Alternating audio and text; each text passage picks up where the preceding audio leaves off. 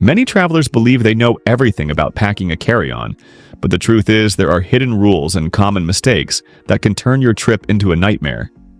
From unexpected airline policies to security surprises that can delay your journey, most people get a lot wrong about traveling with just a carry-on. In this video, we're uncovering what everyone gets wrong about carry-on travel, so you can avoid these frustrating mistakes and travel smarter. Stay tuned until the end, because some of these secrets can save you time, money, and even keep you from getting stopped at security. Before we dive in, don't forget to hit that subscribe button for more travel tips that airlines don't want you to know. Number 1. Airlines have hidden size and weight limits for carry-ons. Many travelers assume that as long as their bag looks like a carry-on, it will fit in the overhead bin. But what most people don't realize is that each airline has its own size and weight limits, and they are getting stricter every year. Some airlines, especially budget carriers, have smaller carry-on size restrictions than standard airlines. This means a bag that fits on one airline might be too big for another. Even worse, some airlines have hidden weight limits for carry-ons, which many passengers don't find out about until they're forced to check their bag at the gate and pay a hefty fee. Airlines won't always check every carry-on bag at the gate, but if the flight is full or they suspect your bag is oversized, you could be stopped. The worst part? Overhead bin space is first come, first served. So even if your bag meets the size requirements, you might still be forced to check it at the last minute if the bins are full. To avoid this, always check the airline's specific carry-on policy before your flight and weigh your bag before heading to the airport. If you're flying budget airlines, be extra cautious, as their rules tend to be the strictest. Number 2. Not all personal items are actually allowed. Most travelers assume that they can bring any personal item along with their carry-on, but airlines have strict and sometimes surprising rules about what qualifies as a personal item. Many people think they can bring a backpack, a purse, and a laptop bag all at once, but most airlines allow only one personal item in addition to your carry-on. If you have multiple small bags, you may be asked to consolidate them into one. The size of your personal item also matters. While some airlines allow larger backpacks, others require personal items to fit under the seat in front of you. If your bag is too big, you may be forced to check your carry-on at the gate. Another mistake travelers make is assuming that duty-free shopping bags don't count as a personal item. While most airlines are lenient, some budget carriers do count duty-free bags as part of your carry-on allowance, meaning you could be charged extra if you're over the limit. The best way to avoid problems is to check the airline's rules in advance and make sure your personal item is small enough to fit under the seat. If you're carrying multiple items, combine them into one bag before boarding to avoid last-minute surprises. Number 3. Liquids aren't just about size, they're about quantity too. Everyone knows about the TSA's 311 liquid rule, which limits individual liquid containers to 3.4 ounces, 100 milliliters each, and requires them to fit inside a single quart-sized bag. But many travelers still get this wrong in unexpected ways. One of the biggest mistakes people make is bringing multiple quart-sized bags of liquids, assuming that more than one is allowed. TSA is strict about this rule. Each passenger is allowed only one quart-sized bag, no matter how many liquids they have. Another issue is forgetting that certain items count as liquids. Many travelers are surprised when security takes away items like peanut butter, yogurt, or gel deodorant, because they technically count as liquids under TSA rules. A common myth is that duty-free liquids are always allowed in carry-ons. While duty-free alcohol and perfumes are usually permitted, they must be sealed in a tamper-proof bag with the receipt inside. If you have a connecting flight, you may still need to place duty-free liquids in your checked bag before going through security again. To avoid problems, always double-check your liquids before getting to security and make sure they fit inside a single quart-sized bag. If you're unsure about an item, assume it might be considered a liquid and plan accordingly. Number 4. You can't always bring food through security. Many travelers think they can bring any type of food in their carry-on, but TSA and international airport security have strict rules about certain foods, and not knowing them could get your snacks confiscated. Solid foods like sandwiches, chips, and granola bars are usually fine, but anything spreadable, creamy, or liquid-based can be restricted. This includes items like hummus, jam, soup, and even soft cheese. If the item has a liquid-like consistency, it must follow the TSA's 3-1-1 liquid rule, meaning it can't be larger than 3.4 ounces.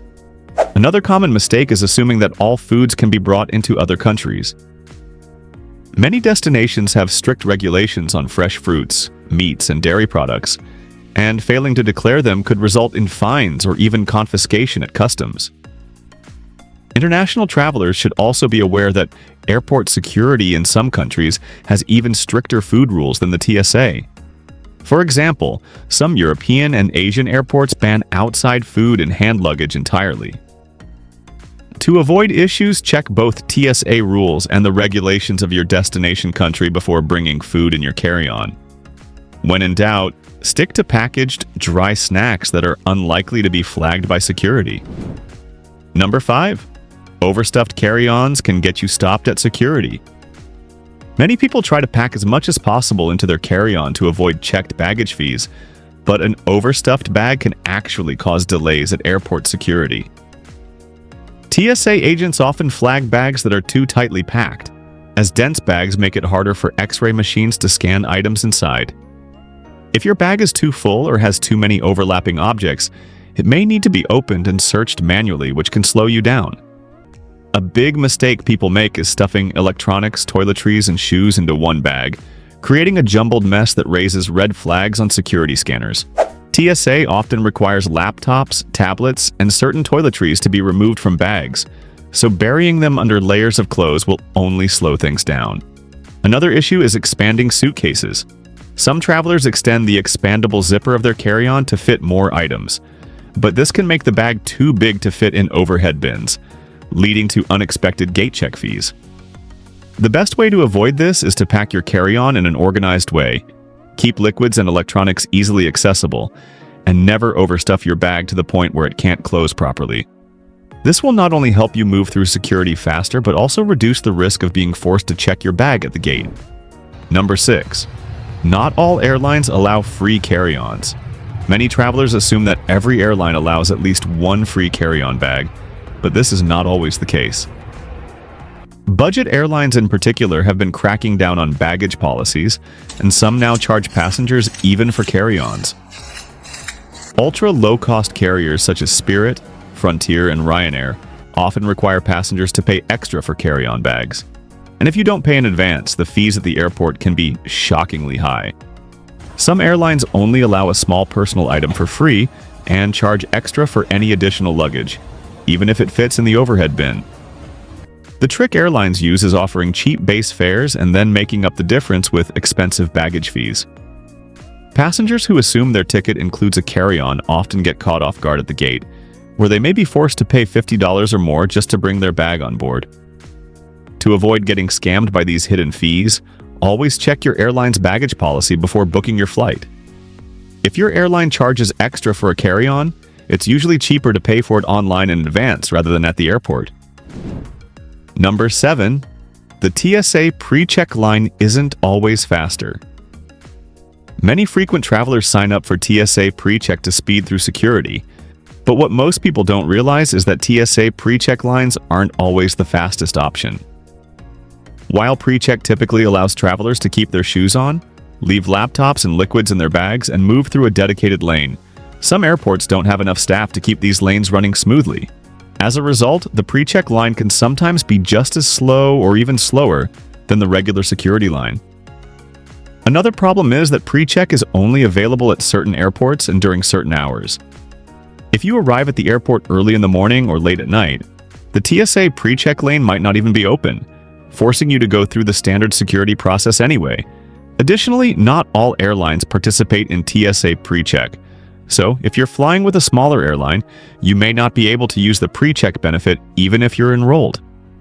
To avoid frustration, always check security wait times in advance using tools like the My TSA app. If the standard security line looks shorter than pre-check, it may actually be the better choice. Number 8.